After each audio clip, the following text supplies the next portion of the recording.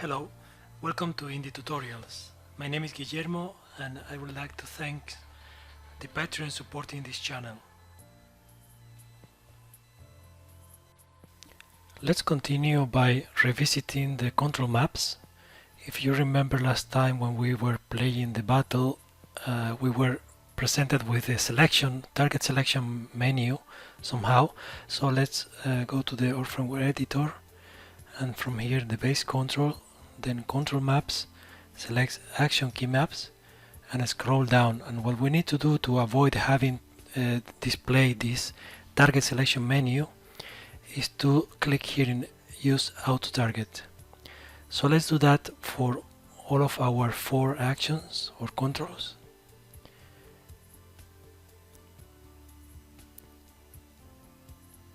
Auto target, use auto target, and control key 2, scroll down and use auto target,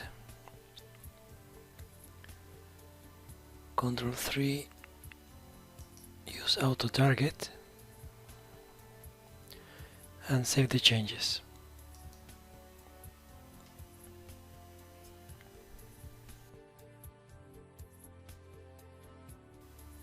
Alright, so next let's go to the status, abilities, and select the Thunder ability. And we're going to focus for now in just one ability to complete all the settings and the functionality. Then you can on your own do the same for other abilities, but let's use this Thunder ability as a template to then do the same changes or make the changes in the other abilities.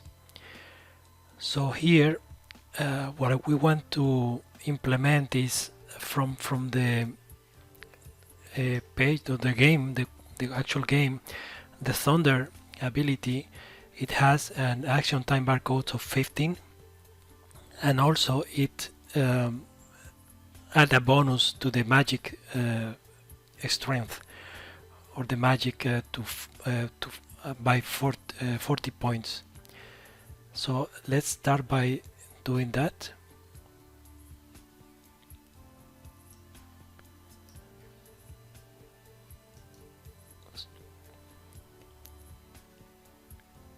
Okay, so let's scroll all the way down until we find the requirement section.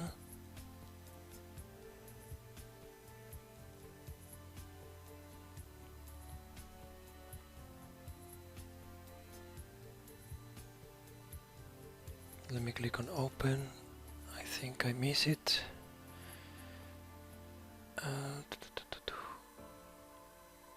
Ability settings.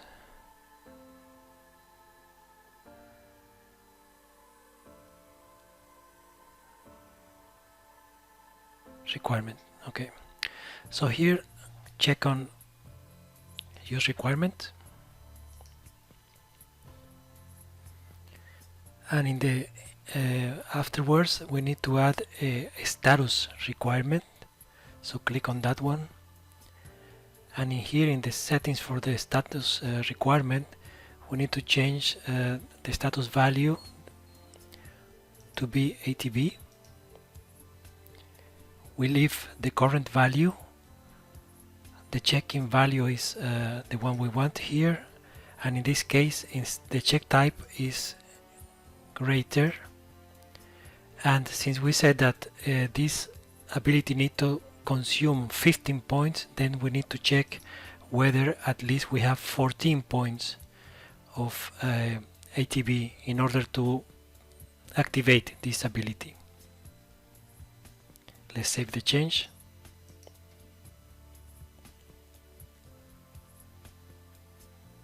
Next, let's scroll down until the use cost, and here is where we set up how much this ability will cost. So here in the status change, let's add a value change, and in this case what we want to change of course is the ATB. We can disable show flying text and show console, and what we want to do here is the operator is subtract the value, and in this case it will be 15. Make sure that the change in is set to value and save the changes.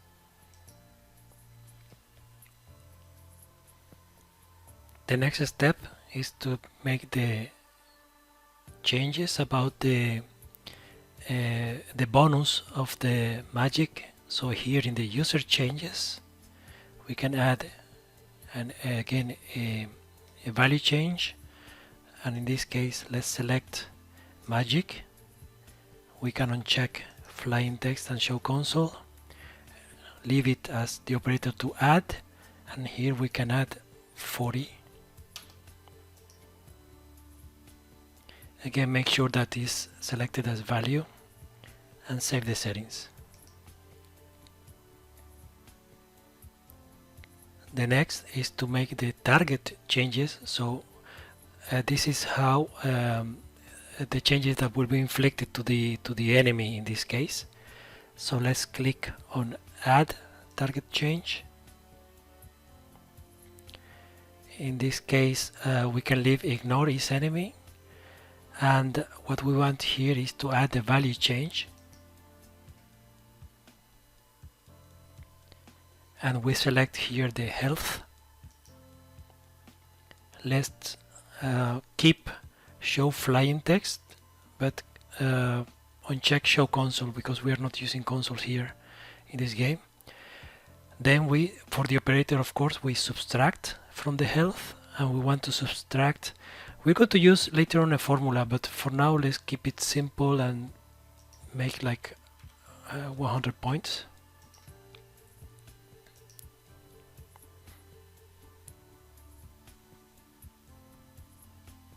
And from here we also want to use the use attribute changes.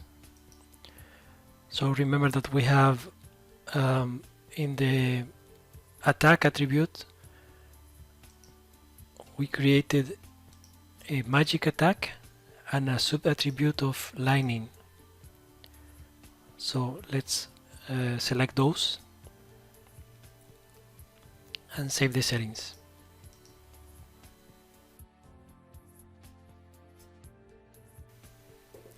Now we want to be able to display the damage done to the enemy.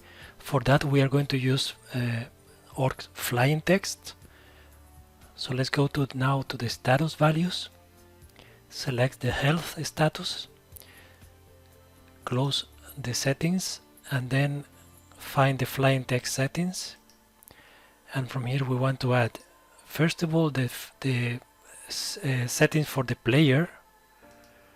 So let's select here and uncheck enemy. Then in the damage section, open up, and we can ignore 0 damage, and of course we want to check on show flying text. We can leave the text with this percentage code, which means the value information, damage, refresh value, but we want to count to value, so we select that one. Let's start from 50%. And let's change the interpolation to is out quad. Then we are going to create a move event asset in a few. We can leave the destroy to 3, and then here in the text format we are going to change the text color to red. We can leave show shadow, also we want to show outline, but for the text or the font, sorry, we are going to select our custom font we imported. So let me drag the panel aside and let's select in the resources. We should have our font folder, and here is our font. So let's select this one.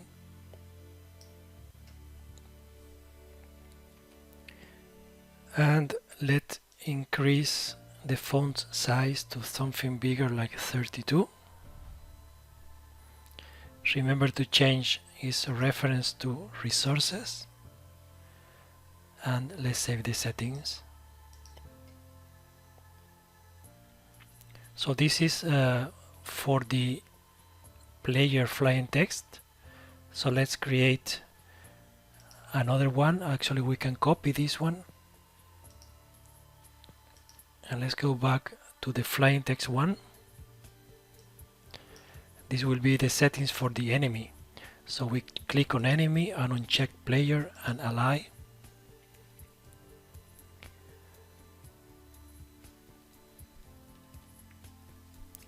For the enemy flying text, I want to actually display where we have 0 damage, so we can uncheck ignore 0 damage, and we can leave it as well as same. We are going to assign the move event asset in a few, and here in the text format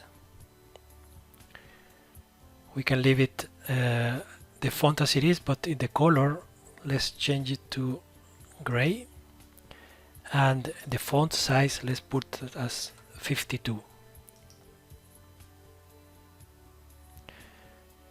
We then need or actually want to, whenever we do a critical hit or damage, to display the text setting or format to be different. So first of all, let's save the changes, and then here in the critical damage, again let's click on critical damage to tell the system this is a critical damage. We want to show flying text. In this case we don't want the text to include the word critical. We are going to assign the move event in a short, and in the text color let's change it to let's say yellow.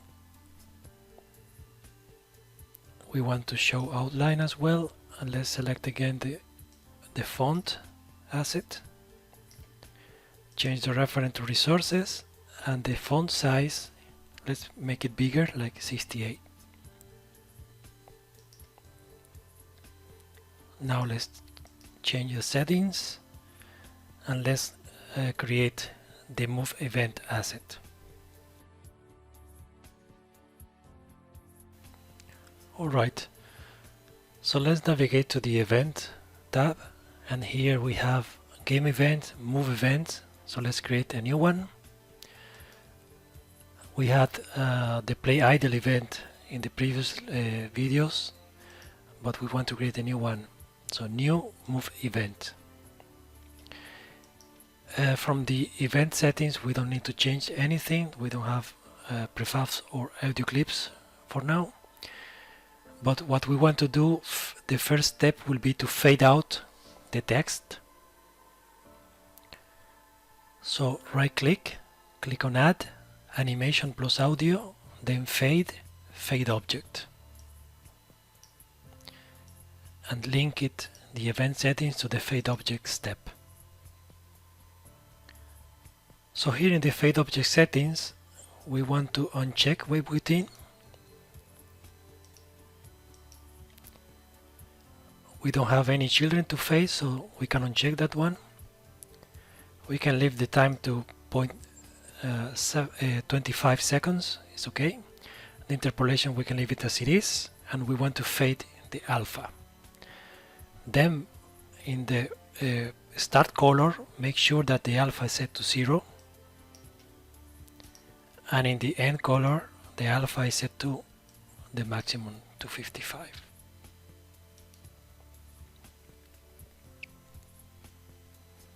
The next step is to wait a little bit, so the text shows. Wait a little bit before moving it up. So let's add a base wait node or step. We can leave it as it is, wait 1 second. And lastly, we want to add a movement node step, movement. It is move into direction.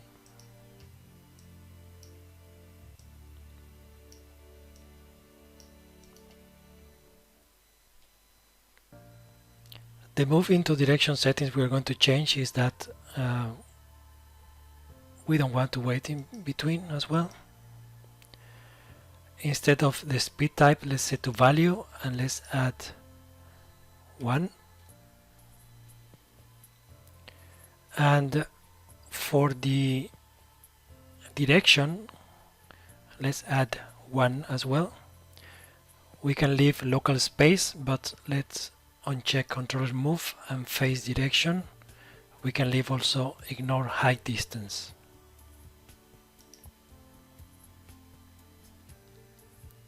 After our text is moved up, then we want to wait a little bit before fading it out.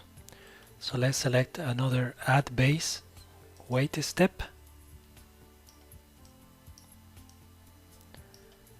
Let's wait for, let's say, 1.5 seconds in this case. And finally we want to add another fade object. So let's copy this one and link it to the wait or wait to the fade object. And here we want to do the opposite. So we can leave everything as it is, but instead the start color will be with the alpha set to 255,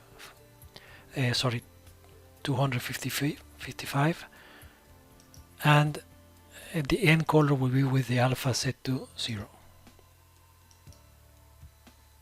Alright. Finally, let's save the event.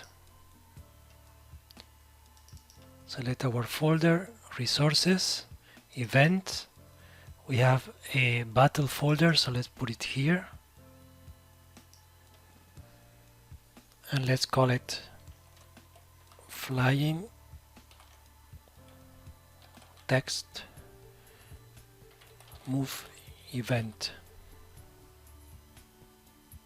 And save it.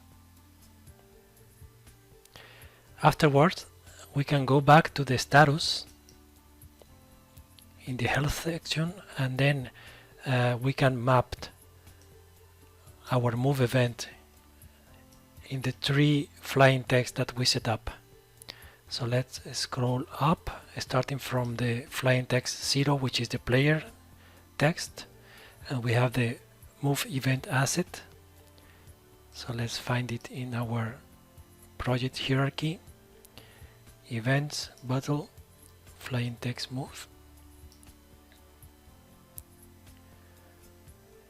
Let's do the same for the flying text 1 and for the damage. So flying text event. Forgot to change the reference to resources. Don't forget to do the same. And lastly, for the critical damage, the move event, and let's change to resources, and let's save the settings.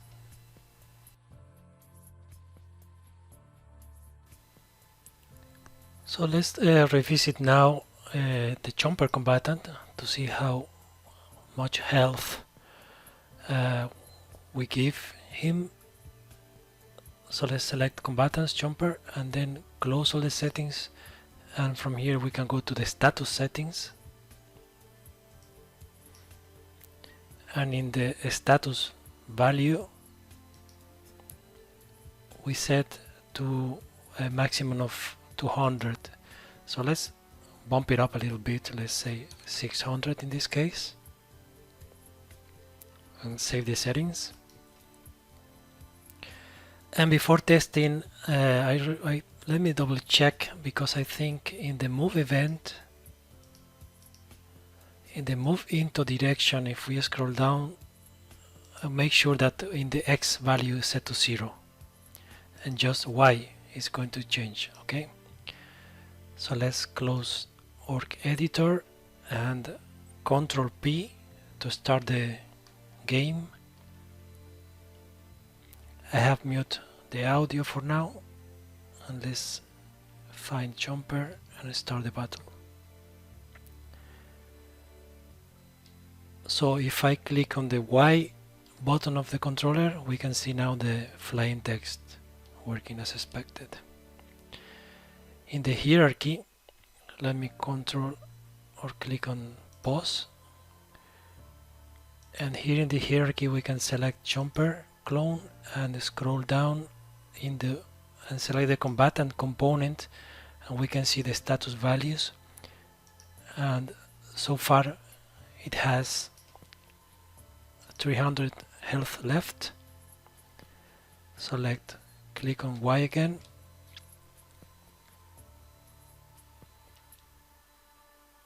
but it's not changing. Well, actually it is, but yeah, we need to select the inspector panel. What I did is to find, let's say, a more reliable way to debug this, and this is something that we are going to implement to be able to see both or any enemy's status in the window, to avoid having to go to the inspector itself. Okay, so let's click Ctrl P to stop the game, and let's move on.